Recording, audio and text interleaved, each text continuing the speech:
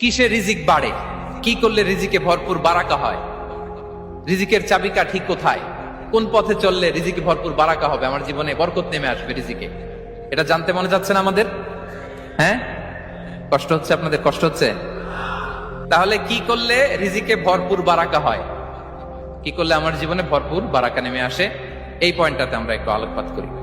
যেসব কাজ করলে আমাদের জীবনে রিজিকে আসমানি বারাকা নেমে আসবে, আমাদের রিজিকে আসমানি বারাকা নেমে আসুক, আমরা চাই কি চাই না? সবাই আমরা চাই নিশ্চয়ই। যে কাজ করলে রিজিকে আসমানি বারাকা আসে, এর এক নম্বর হচ্ছে তাকওয়াল্লাহ, আল্লাহর ভয়। আল্লাহ তাআলা বলছেন, ওমাইয়াত্তাকিল্লাহা ইয়াজআল লাহু মাখরাজা ওয়া ইয়ারযুকহু মিন হাইসু লা ইয়াহতাসিব। যে আল্লাহকে ভয় করে, যে আল্লাহ সচেতন, আল্লাহ তাকে মাখরাজ, মাখরাজ মানে কি জানেন? ওই যে এক্সিট লেখা না এদিকে, এই এক্সিটকে আরবিতে বলে মাখরাজ, মানে কোথাও আটকাবেন না, বের হওয়ার রাস্তা আছে, কোথাও আটকাবেন না, বের হওয়ার রাস্তা আল্লাহ তাআলা অ্যারেঞ্জ করে দিবেন। You will have the way out from crisis. ক্রাইসিসে পড়লে, সংকট মোমেন্টে আল্লাহ তাআলা ওখান থেকে এক্সিটের ব্যবস্থা আপনাকে করে দিবেন।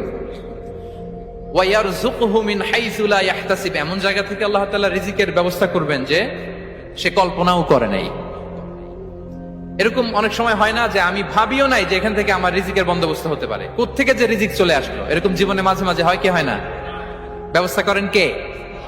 যারা আল্লাহ তাআলাকে ভয় করে, যারা আল্লাহ সচেতন, তাদেরকে আল্লাহ তাআলা স্পেশাল রিজিক দিয়ে ধন্য করেন। তাকওয়াল্লাহ। পুরো কোরআনের মূল শিক্ষা কি, পুরো ইসলামের এসেন্স কি, জিস্ট কি, সারাংশ কি, যদি আমাকে জিজ্ঞেস করা হয় আমি বলবো তাকওয়াল্লাহ, আল্লাহর ভয়, আল্লাহর সচেতনতা।